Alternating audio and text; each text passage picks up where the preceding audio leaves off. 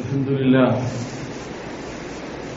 لله حمدا كثيرا طيبا مباركا فيه نحمده ونستعينه ونؤمن به ونتوكل عليه ونعوذ بالله من شرور أنفسنا ومن سيئات أعمالنا من يهده الله فهو المهتد ومن يضلل فلن تجد له وليا مرشدا اللهم صل على محمد وعلى آل محمد كما صليت على إبراهيم وعلى آل إبراهيم اللهم بارك على محمد وعلى آل محمد كما باركت على إبراهيم وعلى آل إبراهيم إنك حميد مجيد أما بعد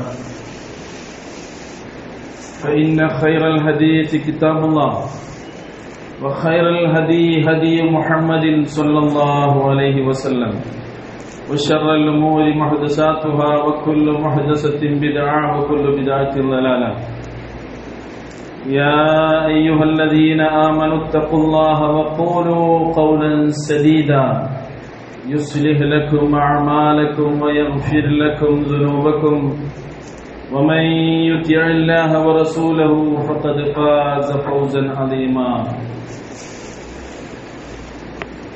ബഹുമാന്യരായ സഹോദരന്മാരെ സഹോദരികളെ,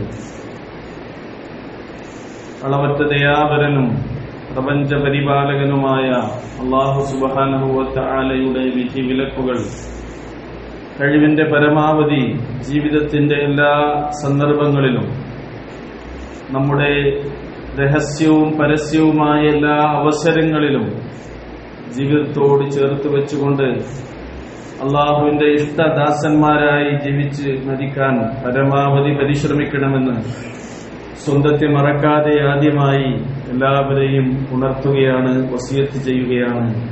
അല്ലാഹു സുബ്ഹാനഹു വ തആല അതിന് നമുക്ക് തൗഫീഖ് നൽകി അനുഗ്രഹിക്കുമാറാകട്ടെ. പ്രിയമുള്ളവരെ, ജനനത്തിലൂടെ തുടങ്ങി ജീവിതത്തിലൂടെ സഞ്ചരിച്ച് മരണത്തോടെ അവസാനിക്കുന്ന അതിശയകരവും അത്ഭുതകരവുമായ ഒരു അനുഭവ യാഥാർത്ഥ്യമാണ് നമ്മുടെയൊക്കെ ദുനിയാവ്. ഈ ദുനിയവിയായ ജീവിതം കൊണ്ട് നമ്മൾ നേടേണ്ടത് നമ്മുടെ മരണാനന്തര ജീവിതത്തിലുള്ള വിജയമാണെന്നാണ് വിശുദ്ധ ഖുർആൻ നമ്മെ ഉത്ബോധിപ്പിക്കുന്നത്, പ്രവാചക തിരുമേനി സ്വല്ലല്ലാഹു അലൈഹി വസല്ലം നമ്മെ ഉണർത്തിയിട്ടുള്ളത്. ഭൗതിക ജീവിതം പരലോക ജീവിതത്തെ അപേക്ഷിച്ച് അത് ക്ഷണികമാണ്, അത് നൈമിഷികമാണ് എന്നൊക്കെ പറയാം.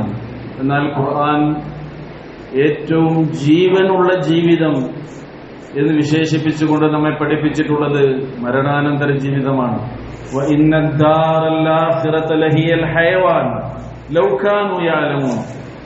മനുഷ്യർ അറിഞ്ഞിരുന്നെങ്കിൽ യഥാർത്ഥത്തിൽ ജീവനുള്ള ജീവിതം അത് മരണാനന്തര ജീവിതമാണ്, ആഖിറത്തിലുള്ള ജീവിതമാണ് എന്നാണ് വിശുദ്ധ ഖുർആൻ നമ്മെ ഉണർത്തുന്നത്. എന്നാൽ ഈ ആഖിറത്തിലുള്ള ജീവിത വിജയം നേടുന്നതിൽ നിന്ന് നമ്മെ പിന്തിരിപ്പിച്ചു കളയുന്ന, നമ്മെ വഞ്ചിച്ചു കളയുന്ന കാര്യങ്ങളെക്കുറിച്ചും ഖുർആൻ നമ്മെ ഉണർത്തിയിട്ടുണ്ട്. വമൽ ഹയാത്തുദ് ദുനിയ ഇല്ലാ മതാഉൽ ഖുറൂർ, ഈ ഭൗതിക ജീവിതം നിങ്ങളെ വഞ്ചിച്ചു കളയുന്ന വിഭവമാണ് എന്നാണ് ഖുർആൻ നമ്മെ ഉണർത്തുന്നത്. അതേപോലെ തന്നെ ഫലാ തഗുറന്നകുമുൽ ഹയാത്തുദ് ദുനിയ വലാ യഗുറന്നകും ബില്ലാഹിൽ ഗറൂർ, ഭൗതിക ജീവിതം ഒരിക്കലും നിങ്ങളെ വഞ്ചിച്ചു കളയാതിരിക്കട്ടെ. അതേപോലെ തന്നെ നിങ്ങളെ വഞ്ചിച്ചു കളയുന്ന പരമവഞ്ചകനായ പിശാച്, അതും നിങ്ങളെ വഞ്ചിച്ചു കളയാതിരിക്കട്ടെ എന്ന് വിശുദ്ധ ഖുർആൻ നമ്മെ ഉണർത്തുന്നുണ്ട്. നമ്മുടെ ലക്ഷ്യത്തിൽ നിന്ന് നമ്മളെ പിഴപ്പിച്ചു കളയുന്ന, നമ്മെ തെറ്റിച്ചു കളയുന്ന പിശാച്, ആ പിശാചിനെ വഇന്ന ശൈത്വാന ലക്കും അദുവ്വൻ ഫത്തഖിദൂഹു അദുവ്വ, പിശാച് നിങ്ങളുടെ ശത്രുവാണ്. മനുഷ്യന്റെ യഥാർത്ഥ ശത്രു മനുഷ്യനല്ല, മനുഷ്യന്റെ ശത്രു പിശാചാണ്. അതുകൊണ്ട് അവനെ നിങ്ങൾ ശത്രുവായി സ്വീകരിക്കണമെന്ന് ഖുർആൻ നമ്മെ ഉണർത്തുന്നു.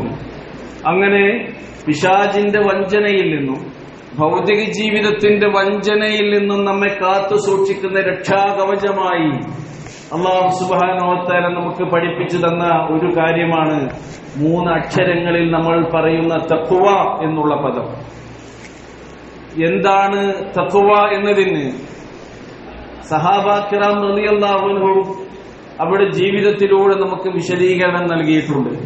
അവർ പലപ്പോഴും ചോദിച്ചറിഞ്ഞ് പഠിച്ചിട്ടുണ്ട് എന്താണ് തഖ്വ. മഹാനായ ഉബയ്യ് ഇബ്നു കഅബ് റളിയല്ലാഹു അൻഹുവിനോട് ഒരിക്കൽ ഉമർ ഇബ്നു ഖത്താബ് റളിയല്ലാഹു അൻഹു എന്താണ് തഖ്വ എന്ന് ചോദിക്കുന്നുണ്ട്. നമ്മൾ ഏറ്റവും കൂടുതൽ കേൾക്കുന്ന പദമാണത്. ഓരോ വിശ്വാസിയും 5 നേരം അവൻ വിശുദ്ധ ഖുർആൻ പാരായണം ചെയ്യുമ്പോൾ, അതല്ലാത്ത സമയങ്ങളിലും പാരായണം ചെയ്യുമ്പോൾ, ഖുർആനിന്റെ ഓരോ പേജുകളിലും എന്ന പോലെ ഒന്നിലധികം നമ്മുടെ മനോമുഖരങ്ങളിലേക്ക് കടന്നു വരുന്ന ഒരു പദമാണ് തഖ്വ. എന്താണത് എന്ന് മഹാനായ ഉമർ ഇബ്നുൽ ഖത്താബ് റളിയല്ലാഹു അൻഹു ആണ് വിശദീകരണം ചോദിക്കുന്നത്.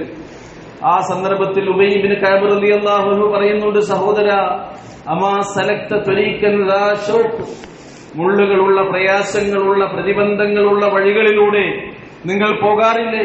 അദ്ദേഹം പറയുന്നു, ബല, അങ്ങനെ പോകാറുണ്ട്, യാത്ര ചെയ്യാറുണ്ട്. ഫമാദാ ഫഅൽത്, അങ്ങനെ പ്രയാസമുള്ള, പ്രതിബന്ധങ്ങളുള്ള ഒരു വഴിയിലൂടെയാണ് നിങ്ങൾ സഞ്ചരിക്കുന്നതെങ്കിൽ നിങ്ങൾ എന്തു ചെയ്യും? ഉമർ ഇബ്നുൽ ഖത്താബ് റളിയല്ലാഹു അൻഹു പറയുന്നു, ശമ്മർതു വജ്തഹത്തു, ആ യാത്രക്ക് വേണ്ട ഒരു മുന്നൊരുക്കം ഞാൻ നടത്തും, ഞാനൊരു തയ്യാറെടുപ്പ് നടത്തുമെന്നാണ്. അപ്പൊ അദ്ദേഹം പറയുന്നു, ഫദാലിക തഖ്വ, അതാകുന്നു തഖ്വ. ജീവിതയാത്രയിൽ നമ്മൾ എടുത്തു വെക്കുന്ന ഓരോ കാൽവെപ്പും കരുതലോടുകൂടിയായിരിക്കണം. അത് പിഴച്ചു പോകരുത്, അത് കുണ്ടിലോ കുഴിയിലോ ചെന്ന് ചാടാൻ പാടില്ല. അതുകൊണ്ട് കരുതലോടെയുള്ള ജീവിത സഞ്ചാരവും യാത്രയുമാകുന്നു തഖ്വ എന്ന് വളരെ സുന്ദരമായ രീതിയിൽ ആ സഹാബി വര്യന്മാർ അങ്ങോട്ടും ഇങ്ങോട്ടും ചോദിച്ചന്വേഷിച്ച് പഠിക്കുന്നത് നമുക്ക് കാണാൻ കഴിയും. സഹോദരങ്ങളെ, ഇതുതന്നെയാണ് നമ്മുടെ ജീവിതത്തിന്റെ ചേരുവയായി നമ്മിലേക്ക് ചേർത്ത് വെക്കേണ്ട മഹത്തരമായ ഒരു സംസ്കാരമായി, ഒരു ധർമ്മബോധമായി കൊണ്ടാണ് തഖ്വയെ ഇസ്ലാമും വിശുദ്ധ ഖുർആനും നമുക്ക് പഠിപ്പിച്ചു തരുന്നത്. മഹാന്മാരായ പണ്ഡിതന്മാർ അതിൽ നൽകിയിട്ടുള്ള നിർവചനം നമ്മൾ മനസ്സിലാക്കിയിട്ടുണ്ട്. ഇംതിസാലു അവാമിരില്ലാഹ് വജ്തിനാബു നവാഹിഹി, അല്ലാഹുവിന്റെ കൽപ്പനകൾ ചെറുതും വലുതും നമ്മുടെ ജീവിതത്തിൽ പ്രയോഗവൽക്കരിക്കുക, അത് പ്രാവർത്തികമാക്കുക. അല്ലാഹുവിന്റെ വിലക്കുകൾ, വിരോധങ്ങൾ, അതെല്ലാം ജീവിതത്തിൽ നിന്ന് വെടിയുക, വർജിക്കുക. അതിൽ നിന്നെല്ലാം നമ്മൾ അകലം പാലിച്ചുകൊണ്ട് ജീവിക്കുക. അത് ആരാധനാ കർമ്മങ്ങളിൽ മാത്രം പോരാ, നമ്മുടെ അനുഷ്ഠാനങ്ങളിൽ ഉണ്ടാകണം, നമ്മുടെ ആചാരങ്ങളിൽ ഉണ്ടാകണം, നമ്മുടെ സ്വഭാവങ്ങളിൽ ഈ തഖ്വാബോധം ഉണ്ടാകണം, നമ്മുടെ പെരുമാറ്റങ്ങളിൽ ഉണ്ടാകണം, നമ്മുടെ രഹസ്യവും പരസ്യവുമായ ജീവിത സന്ദർഭങ്ങളിലെല്ലാം തഖ്വ കടന്നു വരേണ്ടതുണ്ട്. നമ്മുടെ സമീപനങ്ങളിലും നിലപാടുകളിലും തഖ്വയുണ്ടാകണം. നമ്മുടെ ബോഡി ലാംഗ്വേജിൽ പോലും ഈ തഖ്വയുണ്ടാകണമെന്നാണ് വിശുദ്ധ ഖുർആനിന്റെ ആയത്തുകൾ നമുക്ക് പഠിപ്പിച്ചു തരുന്നത്. അങ്ങനെയായിരുന്നു പ്രവാചക തിരുമേനി സ്വല്ലല്ലാഹു അലൈഹി വസല്ലം അവിടുത്തെ ഉത്തമ ശിഷ്യഗണങ്ങളായ സഹാബാ കിറാം റളിയല്ലാഹു അൻഹും അവരെ പരിശീലിപ്പിച്ച് വളർത്തിക്കൊണ്ടുവന്നിരുന്നത് എന്ന് നമുക്ക് കാണാൻ കഴിയും. നമ്മളും വളരേണ്ടത്, നമ്മൾ പരിശീലിക്കേണ്ടത്, നമ്മൾ ഉയരേണ്ടത് ഈ തഖ്വാബോധത്തോടു കൂടിയാണ്. മഹാനായ മുആദ് ഇബ്നു ജബൽ റളിയല്ലാഹു അൻഹുവിനെ യമനിലെ ഗവർണറായ റസൂലുള്ളാഹി സ്വല്ലല്ലാഹു അലൈഹി വസല്ലം നിയോഗിച്ചപ്പോൾ പ്രവാചകൻ മദീനയുടെ അതിരി വരെ അദ്ദേഹത്തെ അനുഗമിച്ചുകൊണ്ട് യാത്ര അയച്ച് ഒരുപാട് ഉപദേശങ്ങൾ നൽകുന്നുണ്ട്. അതിൽ പ്രധാനമായും നൽകിയ ഒരു ഉപദേശമാകുന്നു, ഇത്തഖില്ലാഹ യാ മുആദ് ഹൈസുമാ കുൻത. മുആദേ, താങ്കൾ എവിടെയാണെങ്കിലും നിങ്ങൾ അല്ലാഹുവിനെ സൂക്ഷിക്കണം, തഖ്വ ഉൾക്കൊള്ളണമെന്നാണ് പ്രവാചക തിരുമേനി സ്വല്ലല്ലാഹു അലൈഹി വസല്ലമയുടെ ഉപദേശം. ഗവർണർ എന്ന് പറഞ്ഞാൽ ഒരു ഭരണാധികാരിയാണ്. ജനങ്ങളുടെ കാര്യങ്ങൾ കൈകാര്യം ചെയ്യുമ്പോൾ അല്ലാഹുവിനെ സൂക്ഷിക്കണം. നിങ്ങൾ തന്നെയാണ് പള്ളിയിൽ ഇമാമ നിൽക്കേണ്ടത്. ഇമാമത്ത് നിന്ന് നമസ്കരിക്കുമ്പോൾ പോലും പടച്ചവനെ സൂക്ഷിക്കണമെന്നാണ് പറഞ്ഞത്. മുആദ് ഇബ്നു ജബൽ റളിയല്ലാഹു അൻഹുവിനെ കുറിച്ച് തന്റെ അനുചരന്മാരിൽ നിന്ന്, യമനിലെ ആളുകളിൽ നിന്ന് പ്രവാചകന് ഒരു കംപ്ലൈന്റ് വന്നു. എന്താണെന്നോ, പലപ്പോഴും അദ്ദേഹം സുദീർഘമായി നമസ്കരിക്കുന്നത് കൊണ്ട് ഈ മഅ്മൂമുകൾക്ക് ബുദ്ധിമുട്ടുണ്ടാകുന്നുണ്ട്. നബി ഈ പരാതി കേട്ടപ്പോൾ അദ്ദേഹത്തോട് പറഞ്ഞത് എന്താണെന്നോ, അതുരീദു അൻ തകൂന ഫത്താനൻ യാ മുആദ്, നിങ്ങൾ അവർക്കിടയിൽ കുഴപ്പമുണ്ടാക്കാനാണോ ഉദ്ദേശിക്കുന്നത്? ജനങ്ങളുടെ പ്രയാസം പരിഗണിച്ചുകൊണ്ട് നിങ്ങൾ ചുരുക്കി നമസ്കരിക്കണം. നമസ്കാരം എന്നത് നമ്മയെല്ലാം ആത്മനിർവൃതിയുടെ ഭക്തിയുടെ ഉന്നത തലങ്ങളിലേക്ക് ഉയർത്തിക്കൊണ്ടുപോകുന്ന അനുപമമായ ഒരു ആരാധനയാണ്. പക്ഷേ ആ ആരാധന പോലും ചുരുക്കാൻ പ്രവാചക തിരുമേനി സല്ലല്ലാഹു അലൈഹി വസല്ലം പറയുന്നു, എവിടെയാണ് അവിടെ തഖ്വ? മഅ്മൂമിങ്ങൾക്ക്, അവിടെ നമസ്കരിക്കാൻ വരുന്ന സാധാരണക്കാരായ ആളുകൾക്ക് ബുദ്ധിമുട്ടുണ്ടാക്കാതിരിക്കലാണ് അവിടെ തഖ്വ. റസൂലുള്ളാഹി സ്വല്ലല്ലാഹു അലൈഹി വസല്ലം പള്ളിയിൽ നമസ്കരിക്കുമ്പോൾ സ്ത്രീകളുടെ ഭാഗത്തു നിന്ന് കുഞ്ഞുങ്ങളുടെ കരച്ചിൽ കേൾക്കുമ്പോൾ നബി തിരുമേനി നമസ്കാരം ചുരുക്കും. എന്നിട്ട് റസൂല് പറഞ്ഞത് എന്താണെന്നോ, ഒരു കുഞ്ഞ് കരയുമ്പോൾ ആ ഉമ്മയുടെ മനസ്സ് വേദനിക്കുന്നുണ്ടാകും. ആ കുഞ്ഞോ തന്റെ ഉമ്മയുടെ ഒരു സ്നേഹവായ്പും ഒരു പരിലാളനയും ഒരു അംഗീകാരവും കിട്ടാൻ വേണ്ടി ഉമ്മ എന്നെ ഒന്ന് മാറോട് ചേർത്തിരുന്നെങ്കിലെന്ന് ആഗ്രഹിച്ചുകൊണ്ടാണ് കരയുന്നത്. അത് നൽകലും എന്തൊക്കെ അവകാശങ്ങളും ഹക്കുകളും ആർക്കൊക്കെ നമ്മൾ കൊടുക്കാനുണ്ടോ അതൊക്കെ കൊടുക്കുന്നത് തഖ്വയാണ് എന്നാണ് പ്രവാചക തിരുമേനി സല്ലല്ലാഹു അലൈഹി വസല്ലം അവിടെ പഠിപ്പിച്ചു തരുന്നത്. സഹോദരങ്ങളെ, ഇങ്ങനെ ജീവിതത്തെ തഖ്വയിലൂടെ വിശുദ്ധമാക്കാനാണ് നമ്മൾ ശ്രദ്ധിക്കേണ്ടത്. ജീവിതത്തിൽ പ്രത്യേകിച്ച് നമ്മുടെ സാമ്പത്തികമായ ഇടപാടുകൾ. പ്രവാചക തിരുമേനി സല്ലല്ലാഹു അലൈഹി വസല്ലം മക്കയിൽ നിന്ന് മദീനയിലേക്ക് ഹിജ്റ വന്നപ്പോൾ അവിടെ അദ്ദേഹം കണ്ടിരുന്നത് അവിടെയുള്ള മാർക്കറ്റുകളും അവിടെയുള്ള അങ്ങാടികളും അവിടെ കച്ചവട ഇടപാടുകളുമെല്ലാം തന്നെ പലിശയിൽ അധിഷ്ഠിതമായിരുന്നു, ഊഹക്കച്ചവടത്തിൽ അധിഷ്ഠിതമായിരുന്നു. കൊള്ളലാഭം എടുത്തിരുന്ന യഹൂദന്മാർ. കാരണം യഹൂദികളുടെ കയ്യിലായിരുന്നു അന്നത്തെ മാർക്കറ്റ്, മദീനയുടെ മാർക്കറ്റ്. പ്രവാചക തിരുമേനി സല്ലല്ലാഹു അലൈഹി വസല്ലം അതിൽ ഇടപെട്ടു. വിശുദ്ധ ഖുർആൻ അവതീർണമായി വൈലുൽ ലിൽ മുത്തഫിഫീൻ അല്ലദീന ഇദാ കാലൂ അലന്നാസി യസ്തൗഫൂൻ വഇദാ കാലൂഹും ഔ വസനൂഹും യുഖ്സിറൂൻ അലാ യظنു ഉലൈക അന്നഹും മബ്ഊസൂന ലിയൗമിൻ അദീം. മരിച്ചു ചെന്നാൽ അല്ലാഹുവിന്റെ കോടതിയിൽ ഉയർത്തെഴുന്നേൽപ്പിക്കപ്പെട്ട് ഈ തെറ്റുകളെക്കുറിച്ച്, കുറ്റങ്ങളെക്കുറിച്ച്, ഈ അപരാധങ്ങളെക്കുറിച്ചെല്ലാം തന്നെ ചോദ്യം ചെയ്ത് വിചാരണ ചെയ്യപ്പെടുന്ന ഒരു ദിവസം വരാനുണ്ട് എന്നവർക്ക് ഓർമ്മയില്ലേ? ഇതിൽ നിന്നൊക്കെ മടങ്ങണമെന്ന് പ്രവാചക തിരുമേനി സല്ലല്ലാഹു അലൈഹി വസല്ലം അവരെ പഠിപ്പിച്ചു. അങ്ങനെ ഇസ്ലാമികമായ ഒരു സംസ്കാരം വളർത്തിയെടുത്ത് മദീനയിൽ ഇസ്ലാമിക സംസ്കാരത്തിന്റെ കച്ചവടവും ആ മാർക്കറ്റും അവിടെ അത് പെട്ടെന്ന് വ്യാപകമായി. റസൂൽ ഒരിക്കൽ മദീന തെരുവീതിയിലൂടെ നടന്നു പോകുമ്പോൾ ഒരു കച്ചവടക്കാരൻ ധാന്യം വിൽക്കുകയാണ്. റസൂൽ കരീം സല്ലല്ലാഹു അലൈഹി വസല്ലം മുകളിൽ കയ്യിലെടുത്തു നോക്കി, ധാന്യം നല്ല ഉണങ്ങിയ ധാന്യമാണ്. റസൂൽ കൈ ആ ചാക്കിലേക്കൊന്ന് താഴ്ത്തി നോക്കി, താഴെ നനവുണ്ട്. റസൂലുള്ള ചോദിച്ചു, എന്താണിത്? നിങ്ങൾ നനഞ്ഞ ഈ ധാന്യമാണോ മുകളിൽ ഉണങ്ങിയത് വെച്ചുകൊണ്ട് ആളുകളെ പറ്റിക്കാൻ വേണ്ടിയാണോ ഇങ്ങനെയുള്ള കച്ചവടം നടത്തുന്നത്? മൻ ഗശാനാ ഫലൈസ മിന്നാ, വഞ്ചനയും ചതിയും നടത്തുന്നവൻ നമ്മളിൽപ്പെട്ടവനല്ല എന്ന് പറഞ്ഞുകൊണ്ട് പ്രവാചക തിരുമേനി സല്ലല്ലാഹു അലൈഹി വസല്ലം ജീവിതത്തിന്റെ എല്ലാ സന്ദർഭങ്ങളിലും നമ്മൾ പാലിക്കേണ്ട തഖ്വാബോധത്തെക്കുറിച്ച് നമ്മൾ ഉണർത്തുകയുണ്ടായി. പ്രത്യേകിച്ച് നമ്മുടെ സാമ്പത്തിക ഇടപാടുകളിൽ, കച്ചവടങ്ങളിൽ, അതുപോലെയുള്ള മറ്റു കാര്യങ്ങളിലൊക്കെ തഖ്വയെ നമ്മൾ സൂക്ഷിക്കണം. ആരാധനകളിൽ നമ്മൾ ശ്രദ്ധിക്കുന്നുണ്ട്, അതേപോലെ തന്നെ വസ്ത്രധാരണയിൽ നമ്മൾ ശ്രദ്ധിക്കുന്നുണ്ട്, മറ്റെല്ലാ കാര്യങ്ങളിലും ശ്രദ്ധിക്കുന്നുണ്ട്. പക്ഷേ പണത്തിന്റെയും ഇടപാടുകളുടെയും കാര്യങ്ങൾ വരുമ്പോൾ അവിടെയാണ് നമ്മുടെ തഖ്വ ശരിക്ക് നമ്മൾ പ്രകടിപ്പിക്കേണ്ടത് എന്നാണ് ഇമാം ഗസാലിയെ പോലെയുള്ള മഹാത്മാക്കൾ നമ്മെ ഉണർത്തിയിട്ടുള്ളത്. അദ്ദേഹം പറയുന്നുണ്ട്, ലാ യഗുറൻക മിനൽ മർഇ ഖമീസുൻ റഖഅ ഔ ഇസാറുൻ ഫൗക കഅബിസ് സാഖി മിൻഹു റഫഅ ഔ ജബീനുൻ ലാഹ ഫീഹി ആസറുൻ ഖദ് ഖുലിഅ വലദ ദിർഹം ഫൻദുർ വയഹു വറഅ. ഒരു മനുഷ്യന്റെ നെറ്റിത്തടത്തിൽ തിളങ്ങി നിൽക്കുന്ന, ഉയർന്നു നിൽക്കുന്ന നമസ്കാരത്തഴമ്പ് കണ്ട് അദ്ദേഹം തഖ്വയുള്ളവനാണ് എന്ന് നിങ്ങൾ വിചാരിച്ചു പോകരുത്. എന്നാൽ തഖ്വയുള്ളവർക്ക് അടയാളം ഉണ്ടായേക്കാം. അതേപോലെ തന്നെ അദ്ദേഹം നെരിയാണിക്ക് മുകളിൽ കയറ്റി ഉടുത്തിട്ടുള്ള വസ്ത്രം കണ്ടുകൊണ്ട് അതായത് തഖ്വയുടെ അടയാളമാണെന്ന് നിങ്ങൾ തെറ്റിദ്ധരിക്കരുത്. അദ്ദേഹം ധരിച്ചിട്ടുള്ള തുന്നിക്കൂട്ടിയ കണ്ടം വെച്ച കുപ്പായം കണ്ട് അദ്ദേഹത്തിന് തഖ്വയുണ്ട് എന്ന് നിങ്ങൾ തെറ്റിദ്ധരിക്കരുത്.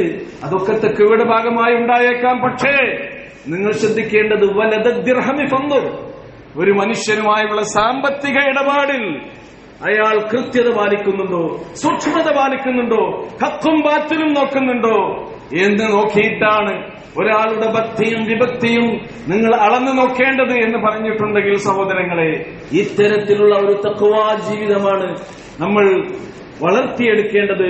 അല്ലാഹു സുബ്ഹാനഹു വ തആല നമ്മെ എല്ലാവരെയും അനുഗ്രഹിക്കുമാറാകട്ടെ. അഖൂലു ഖൗലി ഹാദാ വസ്തഗ്ഫിറുല്ലാഹ ലീ വലക്കും വലിജമീഇൽ മുസ്ലിമീന വൽ മുഅ്മിനീന മിൻ കുല്ലി ദംബ് ഫസ്തഗ്ഫിറൂഹു ഇന്നഹു ഹുവൽ ഗഫൂറുർ റഹീം.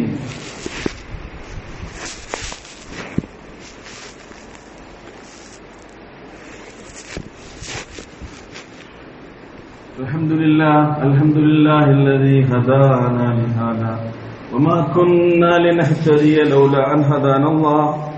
اللهم صل على محمد وعلى آل محمد كما صليت على إبراهيم وعلى آل إبراهيم إنك حميد مجيد.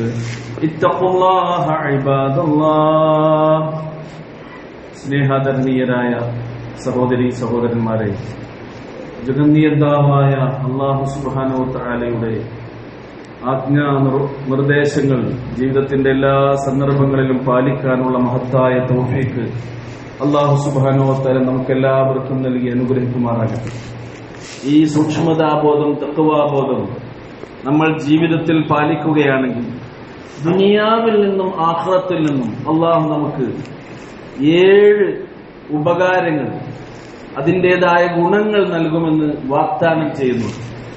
വിശുദ്ധ ഖുർആനിന്റെ ആയത്തുകൾ പാരായണം ചെയ്യുമ്പോൾ അതൊക്കെ നമുക്ക് കാണാൻ കഴിയും. ഒന്നാമത്തേത് എന്താണെന്നോ, വിശ്വാസികളെ എന്ന് വിളിച്ച് അള്ളാഹുവിന്റെ അരികിലേക്ക് നമ്മളെ ചേർത്ത് നിർത്തി അള്ളാഹു പറഞ്ഞു തരുന്നൊരു കാര്യമുണ്ട്.